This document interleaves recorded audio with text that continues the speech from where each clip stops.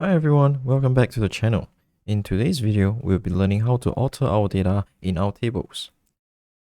So let's start by learning how to alter our table. Using the alter table syntax, users are able to add columns, delete columns, and also modify columns according to their needs.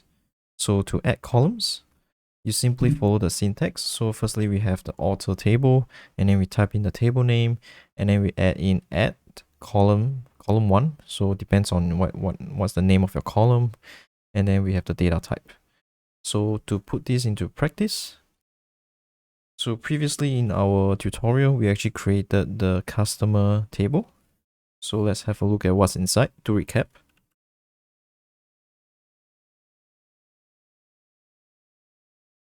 So in this customer table, we have the name and also the email.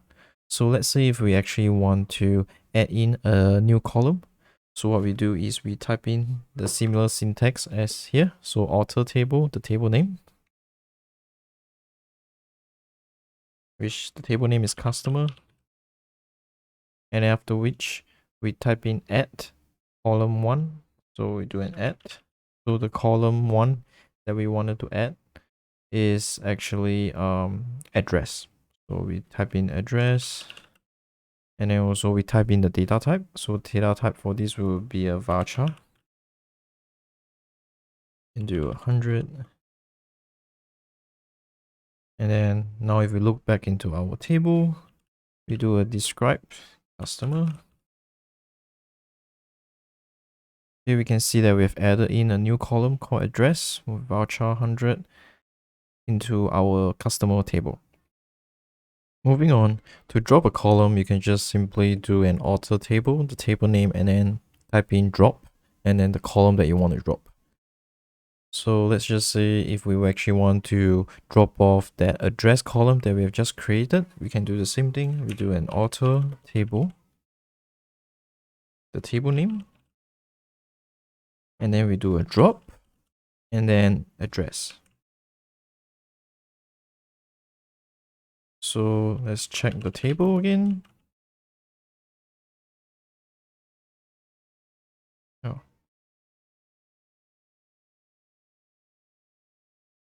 So as you can see, the address column has been removed. So now lastly, to actually modify our data type, we just need to follow this syntax again. So alter table, the table name, and then we type in modify column, and then the column that we actually want to modify, and then lastly, the data type that we want to switch. So let's say, for example, just now, when we actually add in this new column called address.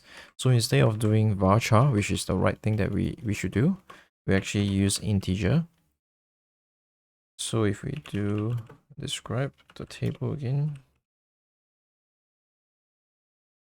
so you can see that the address is in an integer form, which is wrong. So now we actually want to alter the integer. We want to change it to a varchar. So what we do is we do alter table